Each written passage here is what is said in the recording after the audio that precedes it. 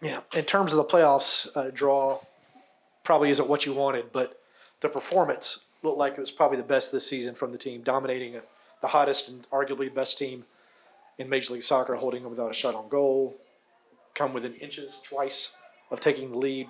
Do you agree this was probably the best performance of the team this year? Yeah, there were a few very good performances, probably because of the opponent and the moment they were or they are. Yes, probably is the most complete game that we have played because of the opponent. But I felt that there were too many games similar to this, and we couldn't get the result. But I mean, it was. I'm very proud of my players. I'm very proud of the passion, the heart, the fight, the mentality, but also the good football that they performed tonight. Obviously, we cannot be satisfied because we felt that we should have won this one, as many others probably. But this one hurts because this could have put us already in a playoff position for a little bit maybe, but at least tasting a little bit of that. Anyways, the team did very well. If we continue like this in the last two games, for sure we need now two victories, and combined with another results, we can do it. But very proud overall for my players. Gonzalo, it does feel like, though, that there is a momentum that the team hasn't had before.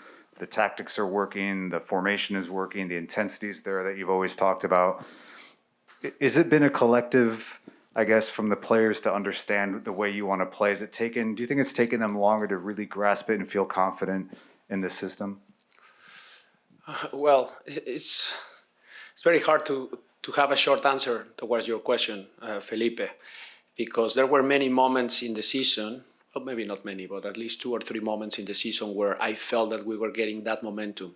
And that comes a little bit with the continuity in the lineups and not having injury players and not having situations that put us away from repeating lineups continuously.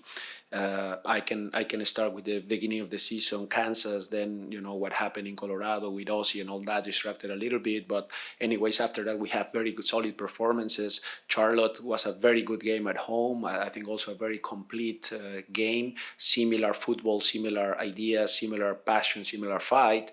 And then we start to lose players, and then it was kind of trying to balance out those injuries, those situations, and then we kind of get another momentum and another pair of injuries, and now I feel like just by being stable in terms of roster and just continue playing, having time together, we're getting some good momentum. But it's hard to measure this momentum compares to other moments in the season, because it's unfair, because there are different type of players. What I like is, at this point, after everything that has happened to this team in the season, we are 2 games away with still chances to make playoffs, and playing like this, which is the most important part to me. So that tells me that the team has a belief, that the team has a fight in them, they have pride, and that makes me very, very proud of them. And then what about then perhaps the formation? Because it feels like the back four is working, like the players are just well positioned even when they're not in possession. They're recovering possession quicker. Has that been something that you've liked? Yeah, well, a little bit similar answer, right? When we lose Miles, we start to try different things, and then you lose 2 fullbacks, actually 3, Andrew Goodman, Brooks Lennon, Ronald Hernandez, almost at the same time. So you have to improvise a little bit, and you have to find different shapes, different formations. Again, guys, I'm not big on formation, because a formation, what we call 4-2-3-1, yeah, but in what phase, in what part of the field? At times that's, for me, more the defensive shape that we use. But after that, we have so many structures within the team. We can do a back 3 very easily, dropping something between the center backs, bringing Andrew, Alan, Purata, that's a back 3, and that puts Amar and Santi 3-2, so it's the structures what matter to me against certain opponents. I felt that today was more of a 4-3-3 in attack, or a 2-3-2-3, trying to put Amar and Thiago in between the lines, and then when their midfielder was going to our fullback, we were finding those players, and then from there trying to switch the point of the attack and creating overloads. And I felt that the players did a great job on that. At times the game plan works, at times it doesn't. Last game against Orlando, we had a very different game plan. It didn't manifest like that because Orlando did a good job and my players adapt. So I don't know if that answers your question, but the back four is working now, probably because we've been stable, but after that we have different shapes that we can use. Gonzalo, can you talk about Alan Franco and what you've seen from him in the last 4 to 6 weeks? It seems like he's hit his best form of the season just recently. Probably a little bit the same. I mean, it's not like I want to come back to that, but I mean, when you have multiple games playing alongside Purata and Andrew Goodman, and then Santi in their kind of 4 games where they are able to connect, to yell out, to have those connections that I always talk about the pairs and how I see the game where they start to yell out, that helps Alan. So at times it's unfair that, we all come here and criticize certain plays throughout the season, but at times it hasn't been there because of the lack of continuity with the lineups. So yes, he's having a tremendous part of the season, but before probably he wasn't, and probably wasn't his fault, as many other players. Like I feel like that. I feel like that changes in the lineups didn't help to many players to perform at the caliber that they should be. Now they are yelling out, and now they are performing very well, very happy with it. That shows resilience, that shows good mentality. But Alan Franco is doing a great job in everything, winning aerial duels, covering depth, build-up play, anticipation, leadership, talking, set pieces. I mean, he's a tremendous player. Philadelphia had scored 23 goals in its previous 5 games. What was y'all's focus that enabled you to hold them without a shot on goal this game? I'm sorry, I couldn't understand. Sorry. Yeah. Philadelphia had scored 23 goals Oh. in its previous 5 games. What was your focus tactically that enabled your team to hold them without a shot on goal in this game? Now I get it. Thank you. Yes. Well, coming back to your question yesterday, good possession. Good possession, not just possession, but good possession of the ball. I think, and what I call control, you can digest and analyze today's game. That for me is control. That is not just having possession on our own half, on our own third. No, is having possession, disrupt the opponents from goal kick, from build up from our own half. 3-4 passes, we should be already in between the lines or in the final third, putting pressure, numbers, crosses. I felt that in the first half we couldn't really do that. We were very good in the build-up and getting in those half spaces, isolating 1v1 or 2v1 on the flanks. But after that, we were lacking a little bit of aggression in the final third. But in the second half, it was much, much better. And that helps to make them come back so they don't have easy outlets in transition. Then their midfielders, Gazdag was doing a lot of work defending Santi. So now it was almost a 2v2 situation, but not in good position for their forwards. At times we were a bit worried about that 2v2 on the back with Alan and Purata against their 2 9s. But Andrew Goodman was just half and half. We showed the players film at halftime about that, Santi being half and half. So he's aware of that. Man for man on the back, but also he can continue with the pressure. But that is the active defending, is the good possession in the attacking half, make them chase, make them recover, and then the active defending and the immediate reactions that we had towards the moments we lost the ball was very good, especially in the second half. And your team, has positive momentum now, but the international break is upcoming. How do you keep this going in these final 2 very important games? Giving them rest. I feel like now in this part of the season, it's the last part. Even though I'm a very inexperienced coach, I know how it goes, right? I know how it goes in the seasons at the end, everything, every little detail. Maybe you're a bit more tired, a little bit more upset at decisions. We as coaches, we see a reaction of the player. Oh yeah, because it's been a long time. Players, whatever we decide at times. Oh, again, we're doing possession. I understand all of that. So now we need a little bit of relaxed, 3 days off. Guys that are going to the national team, they're going to be hyper motivated.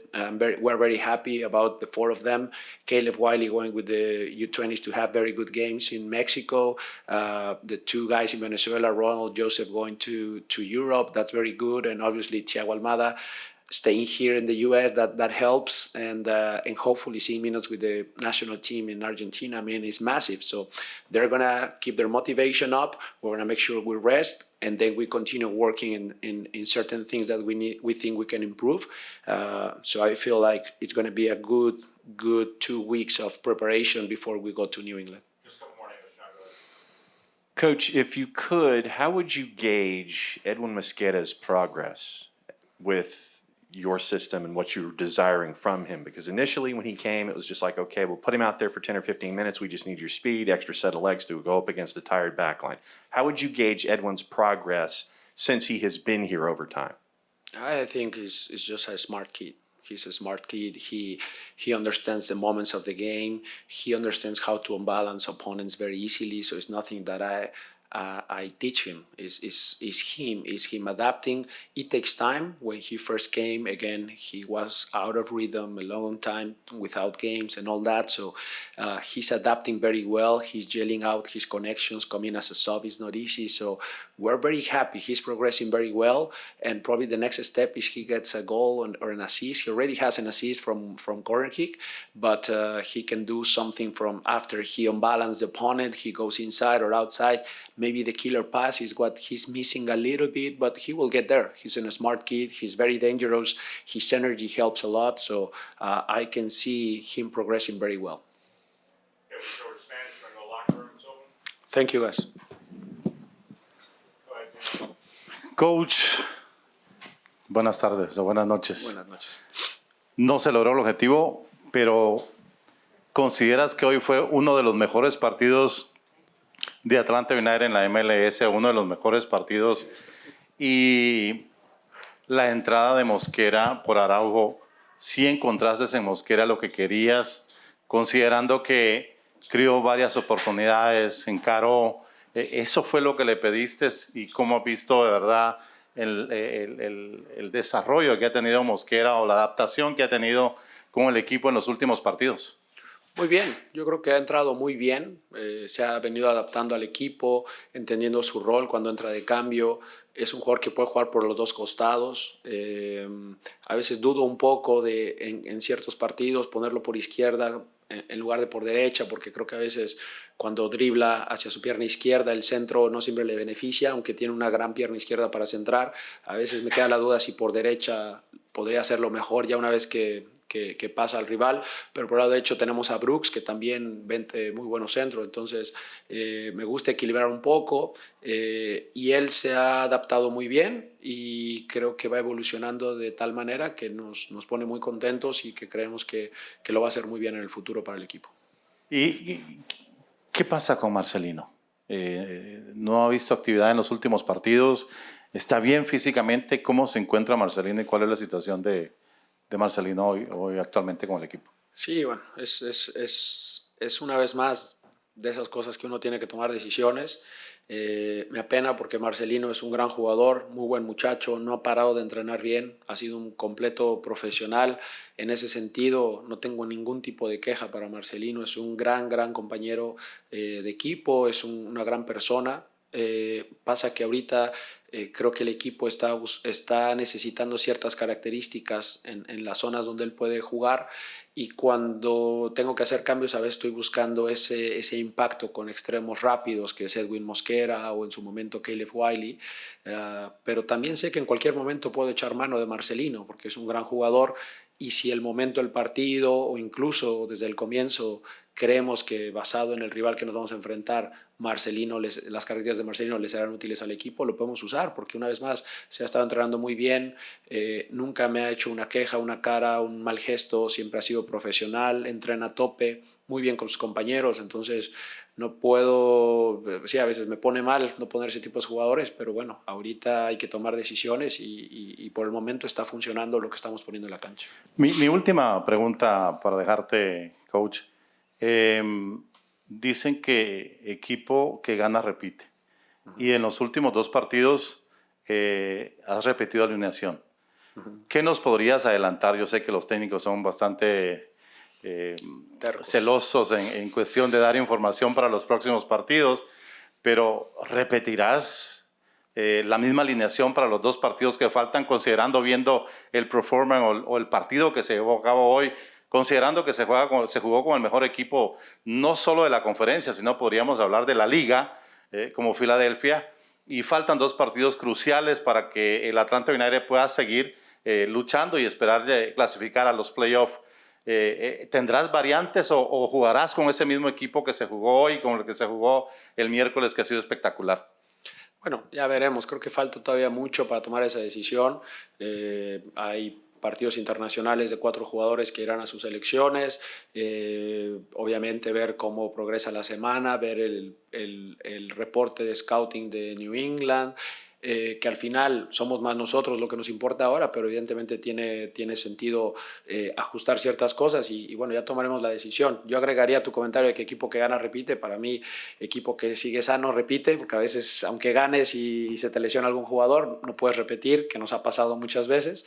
Y también equipo que juega bien repite, ¿no? Para mí es muy importante, más allá de la victoria, el rendimiento del equipo, cómo se están encontrando. De nada sirve si yo tiro puro pelotazo y gano en una jugada aislada o no juegas bien y hay dudas y el rival te sofoca con llegadas, pues aunque ganes a veces es difícil repetir al equipo. Entonces tiene un montón de matices cuando hablamos de repetir un equipo, pero evidentemente si están todos bien y si creemos que es lo más adecuado, repetiremos equipo sin duda, ¿no? Profe, buenas noches o buenas tardes. ¿Por qué comenzar hoy un partido como este con Dominic Dwyer y dejar a un Cisneros o Joseph Martínez en el banco? Bueno, uno un poco porque venía haciendo muy bien las cosas. Dom creo que nos da ciertas características de alguien que puede aguantar la pelota bastante bien, y cuando juegas con equipos tan físicos como Filadelfia, que ellos juegan a apretar, ¿no? Nosotros presionamos para jugar, ellos juegan para apretar. Y cuando tienes un equipo así, esa descarga al 9 sirve mucho. Y Dom es un tipo con mucha experiencia, que sabe guardar la pelota, que sabe ganar faltas, que sabe metérselo un poco entre la piel a los rivales. Y creo que por ahí Ronaldo nos ofrece otras características, que es más las carreras a la espalda a gran velocidad, porque es el más rápido de los 9 que tenemos. Y hoy creíamos que era más importante el que supiera aguantar. No sé si notaste algún ajuste táctico, que Dom se tiraba muy atrás, y fue todo a propósito, que creíamos que si fijábamos a Martínez, de repente los espacios intermedios con Amar y con Thiago nos podían servir, y eso lo hace muy bien Dom Dwyer. Y bueno, después tiene una gran presencia de área, creo que pica muy bien adentro del área, y necesitábamos esa experiencia también, le da un poco de experiencia al equipo al ataque, y esa fue la decisión. Yeah, thank you.